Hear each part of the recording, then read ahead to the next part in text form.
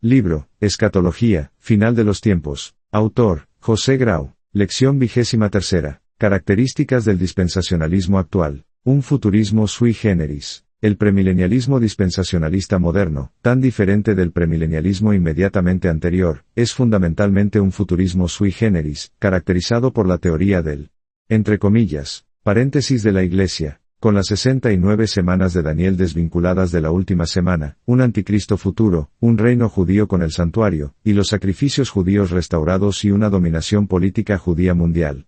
Todo ello acompañado del gobierno de Cristo desde Jerusalén sobre millones de seres humanos que interiormente no serán convertidos, pero que prestarán acatamiento externo. Son también rasgos genuinamente dispensacionalistas el pretribulacionismo, con el arrebatamiento secreto de la Iglesia, el pueblo del paréntesis, y una segunda venida dividida en dos partes, lo que lleva prácticamente a la creencia de una tercera venida. Además, la Biblia debe dividirse en varios compartimentos dispensacionales, y estudiarse de tal modo que los cristianos sepan con certeza qué porciones son para ellos, la Iglesia, y cuáles para Israel, que constituirían la mayor parte. En el plano ético se da un antinomianismo latente y siempre amenazante.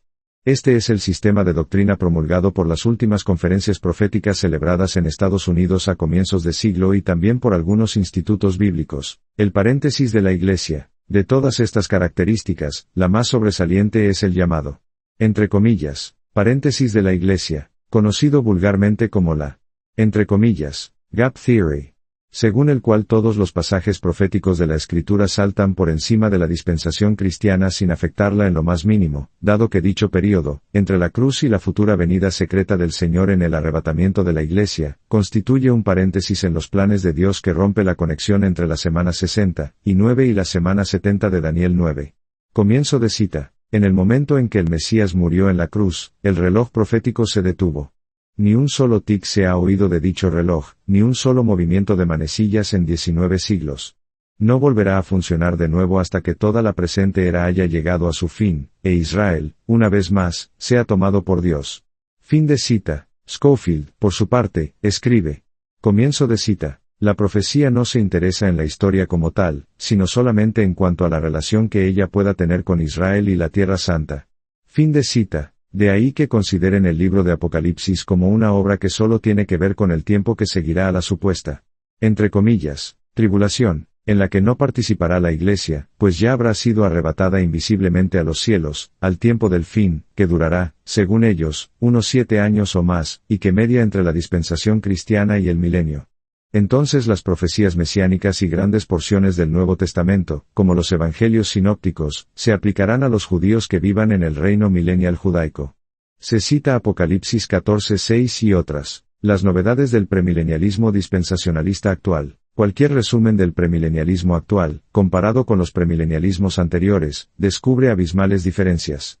Floyd E. Hamilton hizo un resumen de 10 puntos que, en síntesis, recoge objetivamente las novedades del dispensacionalismo en la interpretación profética. La segunda venida se convierte en una esperanza doble y se divide en dos partes. A. Cristo vendrá por la Iglesia, en secreto e invisiblemente, al comienzo de la supuesta diferida semana 70 de Daniel 9. B. Cristo vendrá con la Iglesia, 7 años más tarde por lo menos, en una venida que concierne a Israel y al mundo.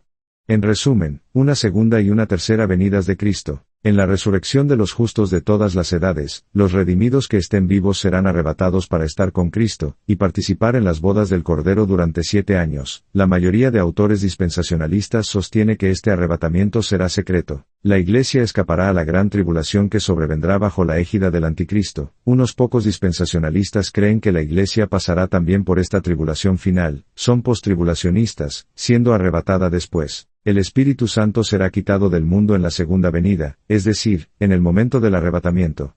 Entonces los judíos que moren en Palestina seguirán en incredulidad, aunque un remanente permanecerá fiel al Señor y predicará el Evangelio del Reino, no el Evangelio de la era cristiana. Scofield llega a enumerar hasta 4 evangelios o 4 formas del Evangelio en su Biblia, nota Apocalipsis 14:6, durante la segunda mitad de aquella semana. Después de los 7 años, los mártires de dicha tribulación serán resucitados. Ellos no forman parte de la Iglesia. Se librará la batalla de Armagedón, en la que se enfrentarán creyentes gentiles contra el Anticristo y sus huestes.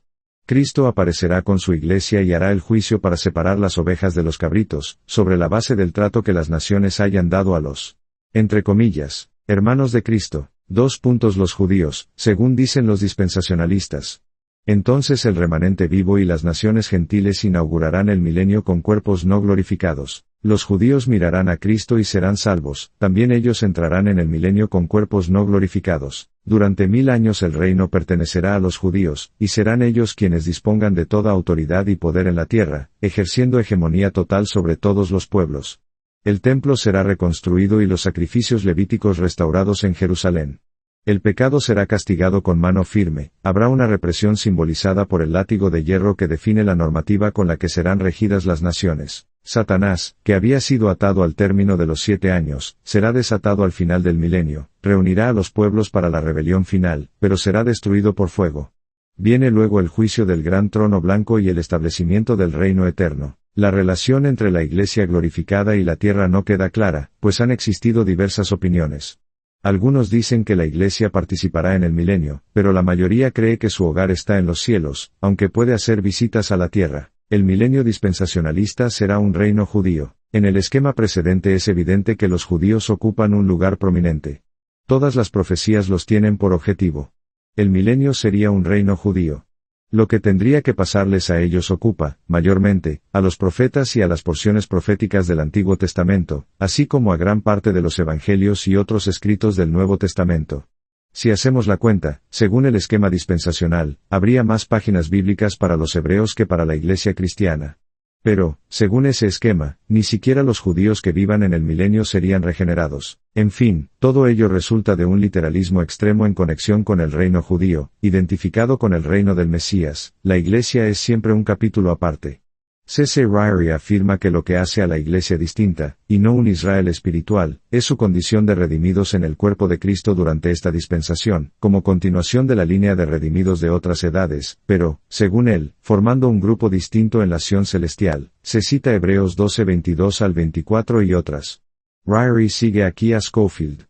Tal vez el lector, como yo, nunca pensó que Dios pudiera hacer tales discriminaciones o muros de separación en la eternidad. Para mí, tal idea es inaceptable. Pero veamos qué afirma el mismo autor, si el énfasis dispensacionalista en la distintividad de la Iglesia parece resultar en una, entre comillas, dicotomía. Dejémosla en pie mientras sea resultado de una interpretación literal. En otras palabras, el literalismo lo justifica todo, aunque llegue a conclusiones que chocan con la analogía de la fe, y con el consenso general del mensaje bíblico. Además, como ya indicamos, estos elementos genuinamente dispensacionalistas de la nueva manera de interpretar las profecías se apoyan, sobre todo, en una visión futurista del cumplimiento profético. Los grandes eventos se cumplirán al final, sin excepciones. Todo es para el final, después de que la Iglesia haya desaparecido del escenario terrestre. Es el esquema de los jesuitas Rivera, Bellarmino y Lacunza, que sirvió a la Contrarreforma y que los dispensacionalistas toman prestado.